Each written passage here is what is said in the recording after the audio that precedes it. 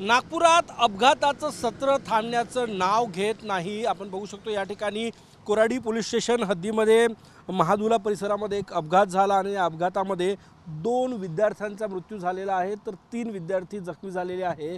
आपण बघू शकतो या ठिकाणी आणि ही कार आहे ज्या कारचा हा अपघात झाला। या कारच्या दृश्यावरून लक्षात येते की हा अपघात किती भीषण असावा। मंगळवारी रात्रीच्या सुमारास 2:15च्या सुमारास ही कार जी आहे ती या ठिकाणी कोराडीच्या पुढे 6 बॅरिकेड्स तोडत डिवायडरवर आदळली। त्यानंतर सर्व्हिस रोडवर येऊन 3दा ती पलटी झाली आणि त्यानंतर जे आहे आरडाओरड सुरू झाली आणि लोक धावले। त्यानंतर जे जखमी विद्यार्थी आहे त्यांना रुग्णालयात दाखल करण्यात आलेलं आहे।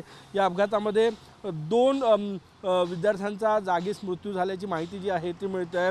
कारचा वेग इतका मोठा होता की 6 वेळा ती जी आहे 6 बॅरिकेड्स तोडत ती कार जी आहे ती डिवायडरला आदळली। आपण हे दृश्य या ठिकाणी बघू शकतो।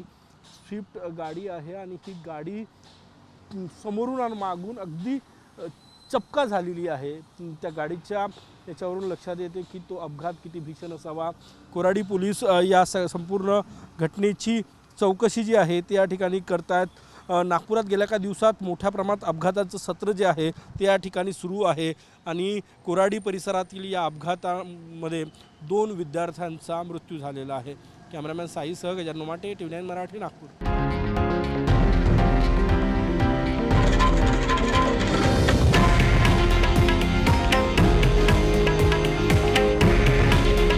हे आहे देशातील नंबर 1 न्यूज नेटवर्क आणि आपण पाहत आहात TV9 मराठी। काळजी तुमची, हित महाराष्ट्राचं।